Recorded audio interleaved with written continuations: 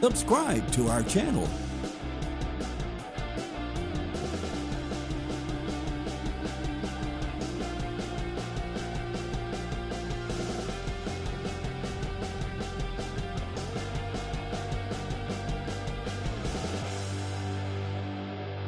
What's going on, everybody? It is time for a Monday edition of the Analyst Desk. We have an action-packed show for everyone here today, and we got to jump right into everything. But before we get into the topics, obviously, as you know, Toronto Blue Jays taking on the LA Dodgers, World Series rematch, and March Madness is almost concluded. But we got to introduce the panel, and it's a very small panel, but it's a very amazing panel, a panel of two. It's me, your boy, and Adam, the GOAT. How's it going, Adam? It's going swell. It is going swell. Just got home from work, getting right into the show. Let's go. How's it going, Rick? Hello, Welcome back to the Rick. desk from Hamilton Sports Central. Yeah. So I want to ask you, Adam, because we weren't on over the weekend, because I know you were busy hanging out with the fam jam. Yeah. What's your concern for the Jays right now? They're 4-5, losers of 4 straight. Pitching is still looking okay, but they can't seem to get any runs. On a scale of 1 to 10, what's your worried scale of Adam heading into today's game? 2 or 3, probably. I think I'm Okay. a little bit more concerned now because the players that you kind of expected to have better seasons so far, so like Barger, Ernie Clement, Vladdy to an extent, but that's to an extent. Like he's had one Right. home run this year. That's a little bit concerning, but I think he'll shine through a little bit more later in the season, hopefully. Yeah, like the guys, the guys who we all expected to have bigger seasons given their postseason last year and kind of their seasons last year. Clement and Barger to the 2 bigger ones, I think. You expected those 2 to make a bigger jump maybe this year. Kirk, sure. before he was hurt, expected to maybe play a little bit better than what he's been playing. Like, those are like, it's concerning when they're not, like, if they don't start getting going soon, that would start to become more and more of a concern. But again, overall, I think this team is too talented not to eventually, hopefully, get going. But again, you can't give them too long of a leash because at some point they do have to start get going, and if they don't, you got to start looking around and saying, well, how can you improve this team? Because then you got to start getting ready to potentially having to make moves to bring in bigger and like potentially better bats. And you got to kind of start looking at that eventually. You can't just ignore this issue forever. But that's, of course, if the bats continue to be silent, I guess, at the end of the day, because pitching can't carry this team forever at this point. Welcome back to Not the with how desk, they've been JP playing. Power. Always happy to see you. And Yeah. you'll be happy because Adam is back. He missed you, Adam. I am back. Oh, I was in the comments for a little bit last episode, but I think, though, the big thing for me, and I talked about this on the last episode a bit, so I won't get into it too much, but I would be more concerned if they were losing a bunch of games 10-9 than losing games with low scoring. Because at least you feel like eventually the bats are going to wake up.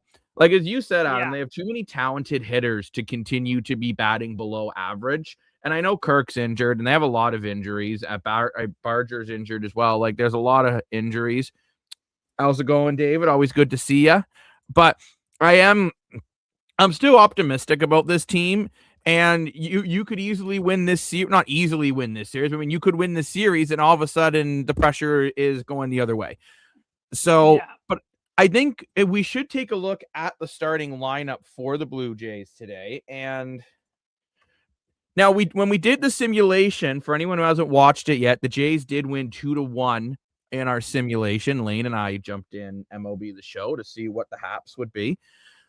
But we look at the lineup here, and I'm curious, Adam, your thoughts on my thoughts on some changes I would have liked to see today that clearly are not happening.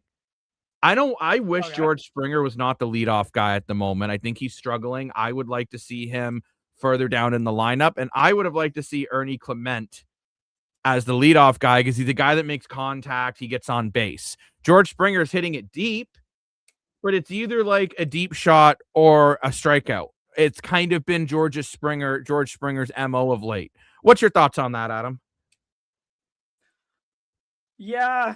George Springer's been he's hitting it deep, like, and that's awesome and everything, but like, you can't just really, like, David Schneider, I think, what was it, game 5 in LA where he hit like first pitch, second pitch he hit it deep as a walk-off hitter against these same Dodgers. And it's kind of just like, that's one guy that you could look and say maybe he should lead off.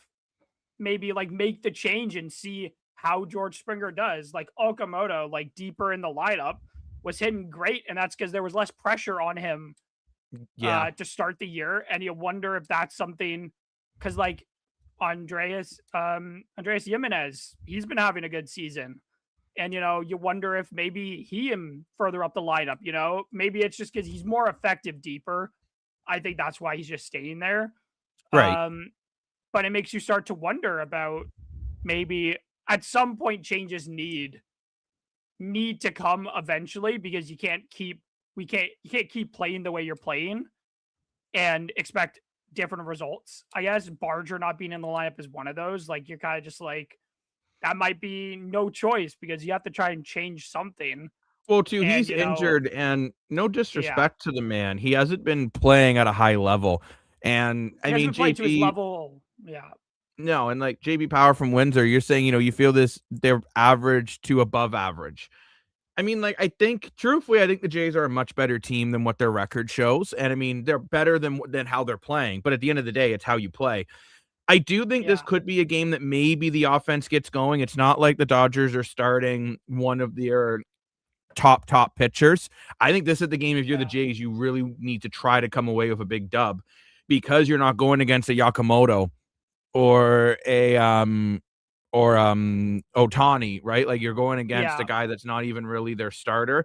It's interesting that this was supposed to be Ohtani's start, but apparently he did not want to start against Scherzer. That's just the rumblings going around. Start against Scherzer is such an interesting way to put that. If that's Ohtani's reasoning, is so interesting to me. Because, like, I would assume Gausman goes tomorrow. But I don't know if so you're going to either be going up against Gausman or you're going to be going up against whoever's starting the next day. So it's Yoshi Yamamoto tomorrow for the Dodgers versus Gausman, and then it's Ohtani versus Case for the Jays. Sorry. Yeah, Cease. Dylan Cease. Sorry. Potts is injured. He's injured, unfortunately. But like Cease, but again, you're not facing, you're then just ended up facing a guy who's playing great to start this year too. It's like it's not a change-up that's like, oh, well, Ohtani's definitely, like, he's got an edge because he is Shohei Ohtani, but like, you're still facing Cease, who's been pitching great to start this year. But it's truthfully, pitching from the starters. I mean, I know Eric Lawler didn't look great, but he was also sick. But Little's been struggling, but I mean, I think the bullpens look pretty decent. I think the starting pitchers are looking pretty good. I thought Max Scherzer's first game looked great. I'm excited to see how Scherzer does today. I agree, but I think this is the game that maybe the bats can get going, because this is not a phenomenal pitcher you're taking on. No disrespect to, you know, anyone. I shouldn't say not a great pitcher. Any pitcher who makes the MLB is a great pitcher, right? And I think that's something. It's kind of like any NHL player who made the NHL is a great NHL player. Right. But I mean, when you're comparing it to the other guys you might have to face in this series, this might be the one to get these bats going. Yeah. And I agree. This is going to be an interesting game. And a matchup you're also watching in something like this is, you know, the Vladimir Guerrero Jr. versus Shohei Ohtani, which, funny enough, everyone's going about Vladdy's slow start. Vladdy does have a better batting average than Ohtani. Yeah. It's just Vladdy's getting a lot of walks. Yeah, but like in Shohei, it's not even like Shohei's blowing away Vladdy either. He has one more home run and 2 more RBIs. Like it isn't that big of a difference, I guess, between them. And it's like Shohei's probably like already the betting favorite to win NL MVP. And it's kind of just like, well, what's the difference between how him and Vladdy are playing this year? Like, I think the and big Vladdy's getting difference, walked a lot more, yeah. I And that's don't because of think his playoff people, run. and I don't think people would be talking so much about Guerrero Jr.'s start if the Jays were, let's say they were Better. like 6-3 right now instead of Yeah. 4-5. I don't know if people would really be talking about Guerrero too much because actually, I think Guerrero's looked pretty good. He's made some good defensive plays. I mean, he's getting a lot of walks. He's got good plate discipline. And it's not like teams are throwing him up the middle and he's just not hitting it. Like teams are afraid to Yeah. pitch to this guy. And I mean, I think that's the same thing for Shohei Ohtani as well. Love you guys. Oh. Didn't watch TSN as was hoping Love you'd come up. that. Thank you. We really Love you, appreciate JP that. Power. I don't like Overdrive. No offense to those, yeah. I just don't like it. I just Now feel it like depends. those Overdrive guys- is really good for your car, so you don't burn out your transmission. Yes. Well, Don't go to that's a good thing. steamboo.org. No. Don't do it. Don't go to Steamboo. No, Steamboo is bad, Twitch viewers. Steamboo is bad. No. Don't go to Steamboo. Don't. And just don't go breaking my delete- heart. Yeah, don't go deleting that little break in the middle there. Don't go. Don't do anything. Don't do go it. Look it up. Please don't do it. But no, this is the matchup, truthfully, I'm really looking for. I'm looking to see. I think maybe this is the game that Vladdy can get going a little bit more. Not that I feel Guerrero's playing terrible, right? Like, I actually have thought his criticism has been a little undeserved. I'm not saying he's coming out to a flying start, but when people are saying he's trash, I'm like, he's batting just under 300. He's got a really good on-base percentage. It's tough for him, though, when other guys just aren't getting on base around him. And I mean, obviously, you'd like to see him get some more doubles and some more dingers. I mean, I get it. But it's not like no one's really talking about George Springer, who's not even hitting 200. And everyone's talking about Vladdy. It's kind of crazy to me. I guess it's just, when you're the guy that gets paid, it's kind of like Austin Matthews in Toronto. He can score 4 goals in a game, and they say he should have scored 5. Yeah. But not that we're here to talk Leafs, because I've had enough of that. That's just depressing. But when we go back to this lineup, focus on the rest of the playoffs. When we go back to the lineup, though, Adam, I'm curious for you. What do you think the response from Rogers Center will be about Mr. Kyle Tucker? I don't think there should be any. Like, I don't know. I think of it the way that when you get offered the money that Kyle Tucker was offered on, I'm pretty sure it's a short-term deal, if I'm not mistaken. Mm-hmm. Shorter term than Toronto was offering. I don't blame him for taking the money, if I'm being honest. Like, I look at it the way where it's like, if you're offered good money short term and you could go out and potentially go out and get another contract, you're maximizing your money at that point. For sure. And that's just good. That's good for you when you look at it. And I don't think I don't think it was anything about not wanting to come to Toronto. I think it's more because the money that was offered, like Toronto offered the money and the deal that Kyle Tucker wanted. But when you get offered a shorter term deal for around the same kind of money that Toronto was offering you long term, I don't think you could pass that up because you're making more money. You're making more money over the first, I think it's like 3 years, his deal with LA. Right. And then he could go out and he can sign anywhere else he wants longer term when his contract's expired. And it's like, I can't really blame the guy. I wouldn't be surprised because that's just a thing fans do, is boo when a player doesn't come to your city. And well, it's let's be kind of honest, like, especially in Toronto. But it's like, I don't blame the guy. I wouldn't boo him tonight. I could care less that he signed in LA. He signed for good money, and I respect it. I respect it. And I would hope there isn't a response because he never said that there was never like the Ohtani booing. I understood. Like, I guess I could understand the Ohtani booing, but again, I didn't like the Ohtani booing either, because I blame fans for just believing some one random reporter saying that Shohei Ohtani was on a plane to Toronto. And even if he was, that doesn't mean he's coming to. It's like when everyone said Connor McDavid was coming to Toronto. But JP Power, to answer your thing here, and obviously, Adam and I both watch TSN and Sportsnet at times too. I mean, they do some great work there, and I know some people who work for both companies, and there's great people there. But it is nice to support local, support your local podcasts like us, Hamilton Sports Central. And we are based out of Ontario, JP Power, for answering your question. I'm in the Hamilton area. Adam is in the Oakville area. So we're in pretty much the same area. Which, by the way, it was snowing today in Hamilton. Really? It wasn't snowing. I got rain here. We got rain here, which kind of sucks. Weird weather for April. So I'm assuming the dome will be closed. Probably. But no, Adam, I got to agree with you on Kyle Tucker. It's not like he said he was coming here and then didn't. It's not like he's a Canadian homegrown boy. It looked like he was coming home and it was going to be this big thing. And personally, I don't feel necessarily the Jays need Kyle Tucker to have a good team. I know they're struggling to start the year. People are like, if we had Kyle Tucker, we wouldn't be 4-5. I'm like, maybe we would, maybe we wouldn't. I don't know, but I just feel like I hope that Toronto. Be interesting to see how Jays fans react versus if this was a Leafs big name that rumored to come here and they didn't. There's a good chance it would be booed. So I am curious to see what it's like from the Jays. So Jacob, you lived in Mississauga, Oakville, and Hamilton. You've been everywhere. Kyle Tucker signed for 4 years, and he has an opt-out in the final 2 years of his deal. So when he's 31, he has an opt-out after next season. So 2028, he has the opt-out. Mm-hmm. So he can opt out, and that's leaving, though, $100 million left on the contract. Wow.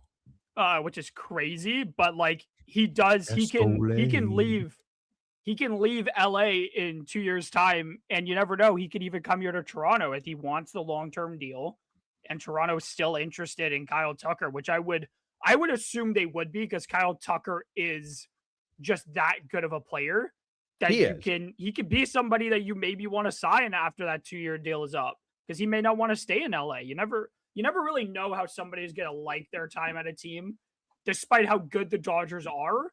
Mm-hmm. When they have the excellence that the Dodgers have had for the last decade, you got to feel the pressure there, and he may want to go somewhere else. Maybe he would like to come to Toronto after the 2 years are up. I don't know. We don't know, but it is something to look at. It is an interesting part of his deal. It is, but I mean, you really start to go down this Dodgers lineup, and it is very, very deep. Ohtani, Tucker, Freeman, Hernandez, Muncy, Freeland's another great player. This lineup really is stacked. You can see why this team has been to the World Series and has won as many World Series as they have. I'm still a big Teoscar Hernandez fan, personally. I know we left Toronto. I love Teoscar Hernandez. I love him. I would totally take him out for dinner as long as he paid for it, because he makes way more money than I do. But I am curious, though, and I wanted to ask you, Adam, because Lane and I were discussing this on the simulation stream the other night. I thought Heinonen should not have started today, because I thought the rookie looked better. Heinonen is getting the start today. Now, I get it's Max Scherzer. He's very particular. Yeah. What's your thoughts on this? Because Heinonen in the last couple of games, in my opinion, has just looked god-awful. So, I think if it was going to be the rookie's first game, I definitely wouldn't have put him in today, but it would be a second game. I think it's a little bit tough when you're getting pitched to by Max Scherzer. Right. And I don't understand why they put Heineman in. He hasn't looked good, and I would have probably gone the rookie, but I can understand why they decided not to when they tried to go for a little bit more experience, especially with somebody like Max. But if it goes badly, that's going to be your answer to the question of, well, do you put the rookie in if the Heineman's not having a good game? I think you have to. But it opens the question about, is Heineman going to get pushed to about the third best catcher on this team if he continues to play the way he is?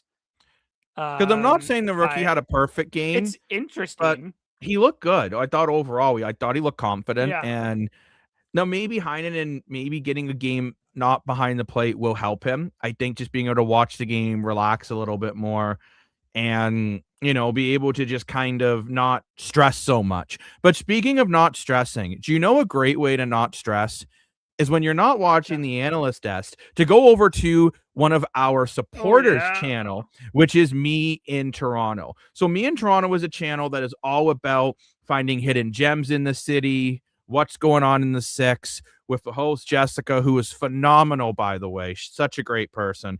And it's all about different events going on in Toronto, different things you can do. What's great about that is they showed there was this one episode recently they did on this selfie exhibit in Toronto. It was all these different selfie things you can do in the six. They were at a Raptors 905 game the other week. They do a lot of really cool content. Ooh. So I do say go over and give it's this big selfie exhibit. Oh, okay. I was making sure I heard that right. But you know what? Pretty cool. Totally go check them out, and they are a supporter of the Analyst Desk. She is beautiful. You are correct. Me and Jessica from Me in Toronto, and beautiful person inside and out. Nice. But now I want to mention to you though as well, and we're not going to see our beautiful faces here for a second because I forgot to change this back to 9x16, but that is okay. And when we take a look at the standings here, right, this is where I think the Jays, at home at least, they've been better at home. So let's hope maybe this is when they can start to take a bit of a catch up, because everyone's going on, well, they're falling behind the Yankees. They're still only 3 games behind the Yankees. And Adam, do you expect the Yankees to really go 7-2 over every 9 games for the rest of the year? Because I don't. No, but people got to remember, they always have a little stretch where the Yankees are just not, they can't figure it out, or they just don't play well. They always have that little stretch. And as long as the Jays stay close, they'll have a chance to overtake the Yankees. But it's a thing to watch out for, because you don't want to get too far behind, despite how long the season is. You never want to try and always having to be playing catch up. No, definitely not. It's not good. I just mean, when I'm seeing so many people panicking the way they're panicking about where the Jays are, I'm look, besides the Yankees, I don't think Tampa's happy the way they've started. Boston definitely isn't, and neither is the Orioles. So it's not like you're in a situation where all these teams are doing really, really well, right? Yeah. I think it's a different situation if, let's say, the Yankees are 7-2, Red Sox are 7-2, and the Rays are 6-4, and all of a sudden you're 5-4, and you're like, oh boy, this isn't looking so good, even though it's early in the year. But when you're, you're only half a game behind the Rays for second in the division. You're only 3 games behind the Yankees. So I'm used to saying points. I'm talking so much hockey playoffs lately. But I don't think the Jays are in a position where they need to panic yet. But I do think this is an opportunity that they really need to try to get going. Welcome back to the Desk, Titty Farmer. I love that name, Jacob, by the way. I think it's hilarious. But Jacob, I do want to point something out. Hit the like button. It's free and takes 2 seconds. Absolutely. It does. I do want to point something out, Jacob, really quickly. Subscribe to our channel. It has nothing to do with baseball or the national championship game. But I did want to point it out because we do talk about hockey a lot. We do. I do want to point out and remind everybody, if you did not, or you were not aware, today is the 8th anniversary of the tragic Humboldt Broncos crash. And I remember I remember this day 8 years, how crazy, it was 8 years. I want to tell you how crazy that is. And yeah, I just wanted to, if you did not know, it's a sad moment in Canadian history. Absolutely. But it was a great day in terms of how the hockey community came together and really stood behind that community. And yeah, it's so let's also, while we're on that subject, let's make sure we send, positive vibes, prayers, all that. Yeah.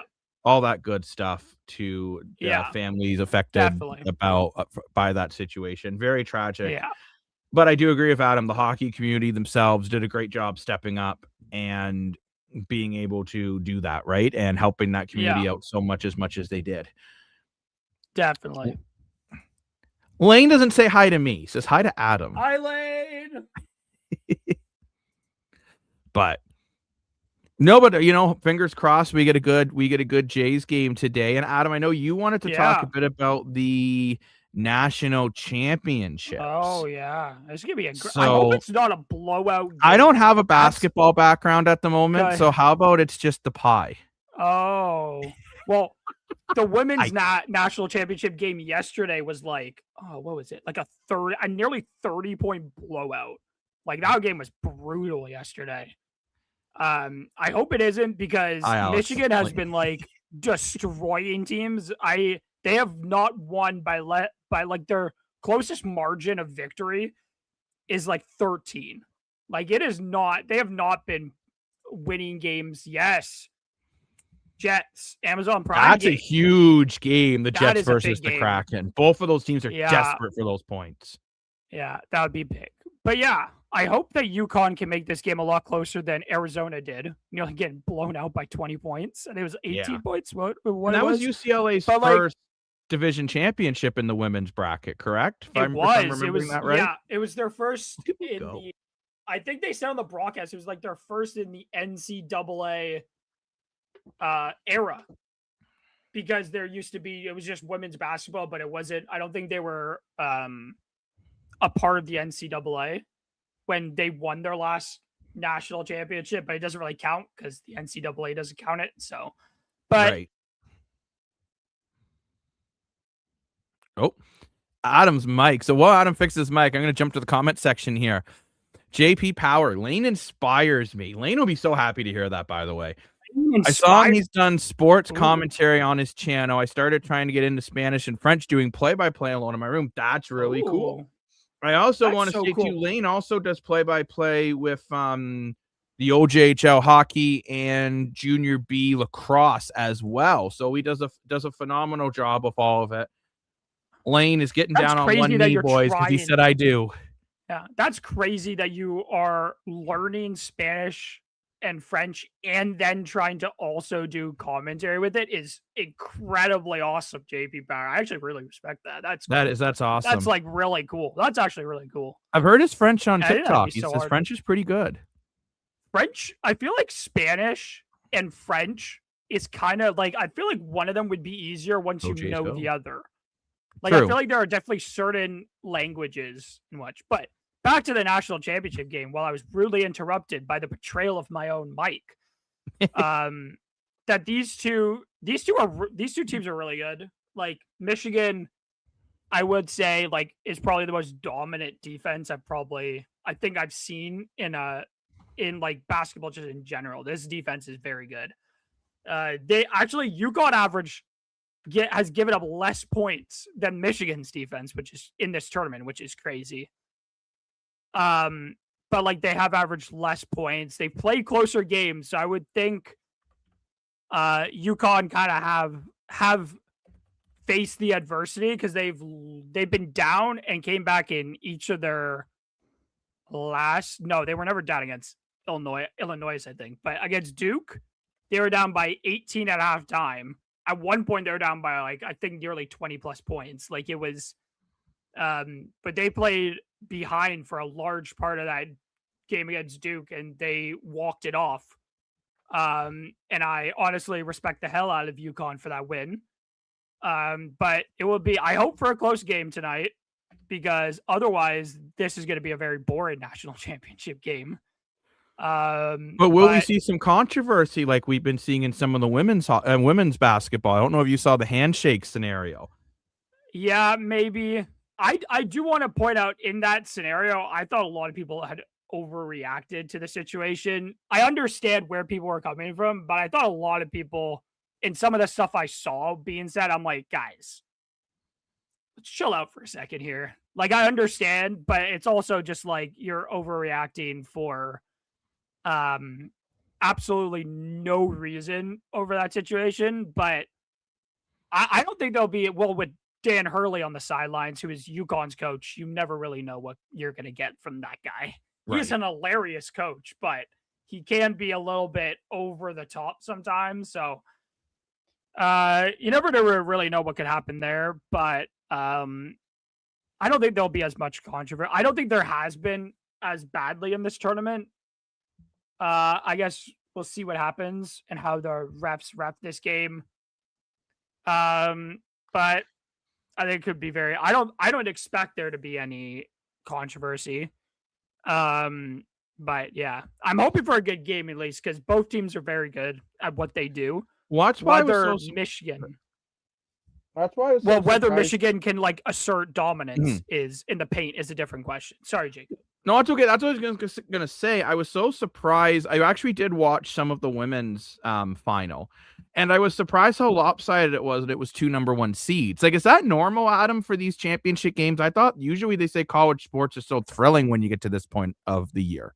Yeah, I think it's one thing I was very surprised because South Carolina had just blown out UConn's women's team, which was the controversial game with the handshake and everything. Well, it was so surprising they got blown up by the score. But I do want to point out UCLA lost 1 game this year. That UCLA women's team lost one game all year. And outside of their 2 games against Texas, I think they basically had won by double digits in every other game they played. And yeah, like UCLA were very good. South Carolina are a very good program. So that's what surprised me about it more so. But especially like look at the Arizona versus Michigan game. That was more so a great paint defense, a great paint offense, that can't shoot threes versus a great paint defense, the number 1 paint defense, I think, in the country in Michigan. And a very good 3-point shooting team. Well, Michigan just asserted their dominance in the paint and then we're shooting amazing from 3. Well, it felt like Arizona couldn't keep up despite being a very good team. And I think UConn shoot the 3 better. So I think that will be something where I feel like Michigan won't have like a big advantage because Arizona was making like 1 3 a game this year, averaging 1 3. Wow. 1 made 3 a year. That is shocking because basketball is so 3-point heavy now. I mean, you play basketball in other countries. There's the 4-point line. Yeah. So I mean, I think I'm surprised they're winning games with what is it more like in tight and mid range? Yeah, that's what was going on. But I think a big thing tonight, and I think it will make things a little bit more interesting for Michigan than against Arizona, is that UConn shoots the ball better than Arizona. So I think even if Michigan shuts down in the paint, if UConn can shoot from 3 very well tonight, this could still be a very tight game. But UConn can't make the mistake, or Michigan, can't make the mistake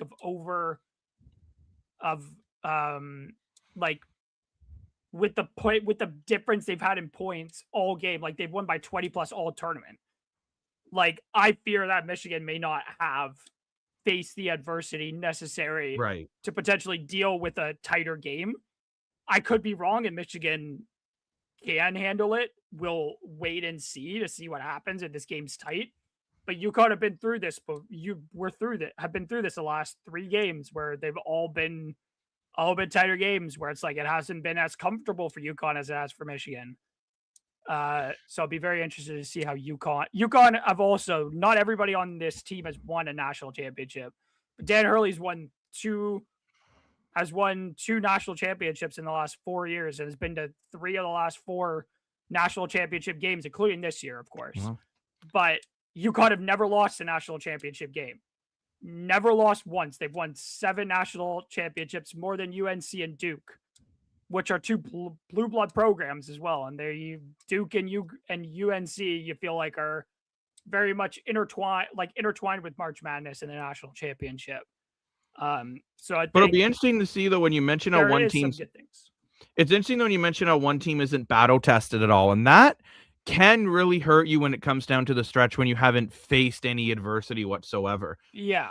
So I will be curious. It sounds like we're going to have an interesting game. I do say for college basketball fans, let's hope it's not another blowout, and that's no disrespect to the women's game. I mean, like, again, I think college football and college basketball, college sports in general are actually, in some ways, are more exciting than the pros because they're hungrier. Like, actually, I'm going to try to get into the Final Four this year. Well, not me, and the Frozen Four in hockey. Not that I can get there, but I'm definitely not in shape for it. But Thursday is the Final Four. Thursday is when the Final Four begins. It's the same thing too with like the CHL, right? Like a lot of these younger players are just hungrier. They don't have the $1 million contract yet. Like the OHL playoffs, my gosh, some of that's the best hockey you'll watch. Same with the OJHL playoffs, right?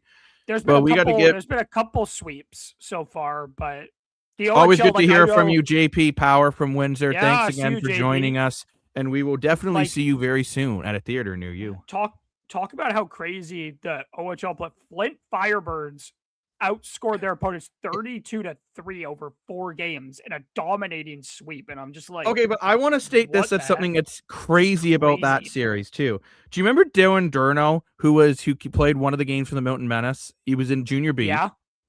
Then he played in the OJHL playoffs, his first game, the goalie. Okay. Then he played in that series. Oh my gosh. He came in, unfortunately allowed a couple goals in one of those humongous losses. But still, I mean, isn't that he basically went through 3 different levels of junior hockey in Canada in a span of like 3 weeks? That's crazy. I also want to shout out Carter George, because Carter George, who had struggled against the London Knights. I think he's played for Owen Sound now. He plays for the Greyhounds now. He used to play for Owen Sound. Sorry, Greyhounds, and they won 4-1, and he had struggled against the London Knights with Owen Sound, who he played for before. But he is amazing. The thing is, you know what? You put Carter George in front of a good team, and the Greyhounds have a really good team again this year. I think that series between them and Kitchener is going to be a hell of a series. I'm really looking forward to it. Well, let's also talk about the other goalie who is there in the World Juniors. Key. I thought I sent you the link, but welcome back to the desk, Key. Jacob, who was the other goalie for Canada at the World Juniors? Ivan Kovic. His name. Yes, he's playing for Michigan in the Final Four on Thursday. He's their starter.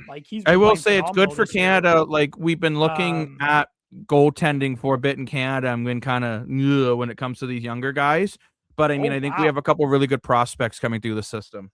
Jacob, breaking news: the Devils have parted ways with GM Tom Fitzgerald. What? Oh my god, they just did. It literally just happened right now.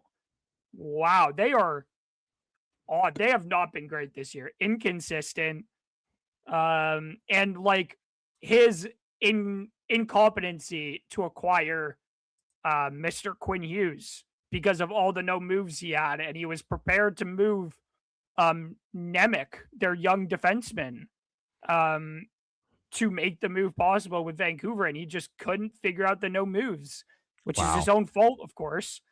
And it's like that's a deserved fire, and but I mean, I don't remember them being this many firings this late in the season before. I mean, the crazier ones are definitely the Islanders and the Golden Knights, because these are two teams. Golden Knights will make the playoffs because their division's terrible. The Islanders, they're in tough now. Yeah, because the NHL standings. Crazy. We may as well quickly look at those NHL standings since we do have a game tonight too. I've even seen people being like, the Leafs have got to fire Craig Berube now to get a guy, and I'm just like, no, don't fire him now. You might as well just finish the season with him. Let the new GM or the president of hockey operations hire their guy. You don't just hire somebody now and in hopes that the GM or both of them and the president if there is a president of hockey operations, likes them. You got to let those guys, or one of them, if it goes just one of them, figure out who they want as their coach.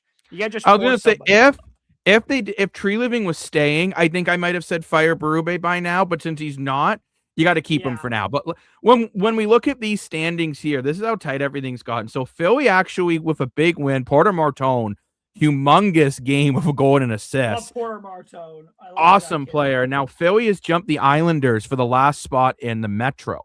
Ottawa is currently hanging on to the final wild card spot, but we have the Islanders, Detroit, but man, Detroit is fined back that penalty by Patty Kane when they tied the game. I'm sure you heard about this all day, Adam, but no, I actually didn't, because we had I just didn't hear about it. But I mean, you look here at everything else. So like you have the Senators, Islanders, Red Wings, Blue Jackets. And you know what? I think Washington might say hold my beer just a little bit as they still try to find a way to get back into the dance. I don't think they're going to get it, but I mean, they're certainly close. But I mean, give Ottawa credit. They've been winning the games that they need to win. That goal from Tim Stützle the other night was a thing of beauty. But the reason why the game on Amazon... Sorry, go ahead, Well, Jay, I just want to say, like, unlike you, my good buddy, the self-proclaimed sports analyst, Jacob Moore, I know how much you believe in the Ottawa Senators and making the playoffs. I am the opposite at the moment. And it's no offense to how good that Sens team is. It's just goaltending has been suspect. And the team hadn't been playing particularly, hadn't won the games that they should be winning. They won a big one, but it's like it doesn't get easier until the last 2 games. But even then, you never know what the Devils or the Leafs could pull out of their hat to end the season. True. But like they have to play the Islanders still, and it's like I still don't think they'll make the playoffs. If they do, I wouldn't be surprised because they are a good team.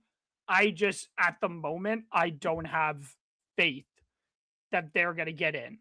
And if they do, I think they're phenomenal. So I think they will, like, there's the potential they get in, but I just don't believe.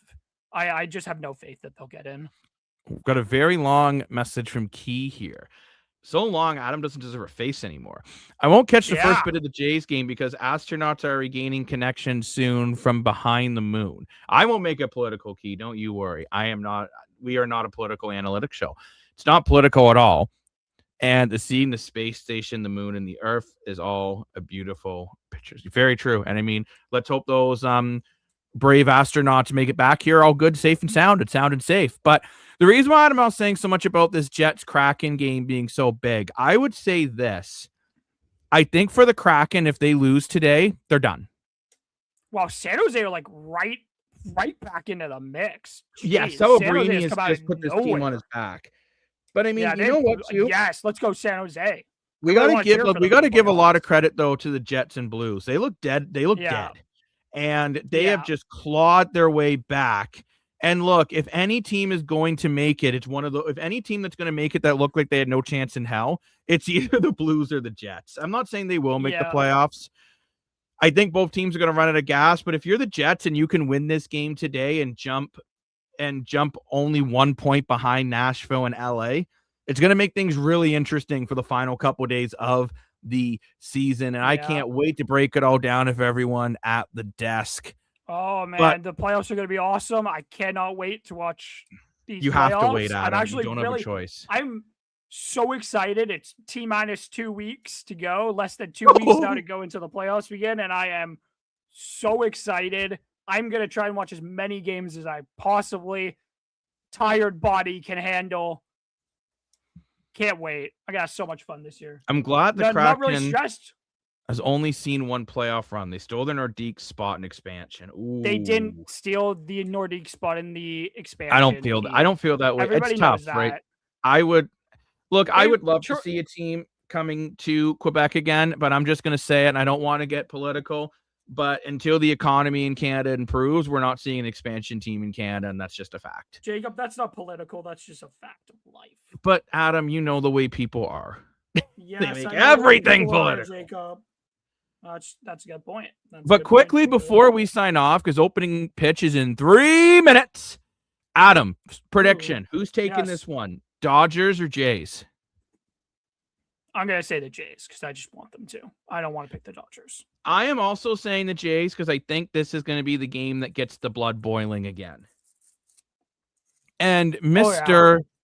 Adam, I have one more question for you, and I think this you can give a much better opinion than I can. Who is going to win the national championship game tonight? He's thinking. Just because I really want to see it. He never thinks. UConn. I'm going to go UConn. I don't want to see a number 1 seed win this year. They won a number 1 seed won it last year in Florida. I think Florida were number 1 seed last year. It was 4 number 1 seeds in the Final 4 last year. I want to see the underdog win this game. I want to see Michigan. I really do want to see UConn win this in a close game, and Michigan realize, well, If Michigan win, I wouldn't be surprised, of course. But I do want Michigan. I just want Michigan. There's been some stuff that Michigan have done that I don't particularly like.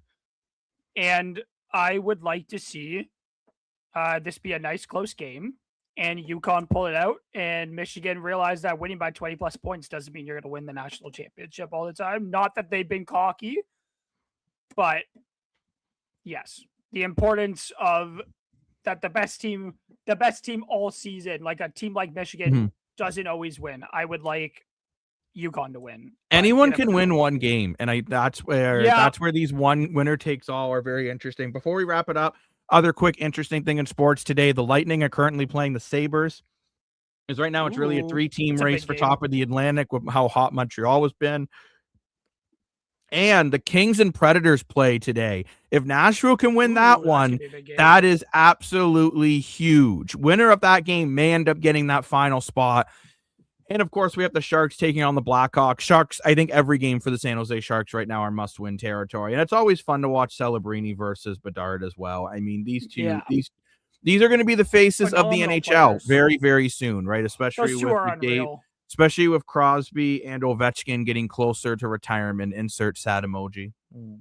But I want to thank everyone for joining us at the Analyst Desk today, where every day feels like game day. We got to talk Jays versus Dodgers. We talked the national championship. We talked NHL. And watch out for this weekend, where I can't wait to educate everyone on a new curling league.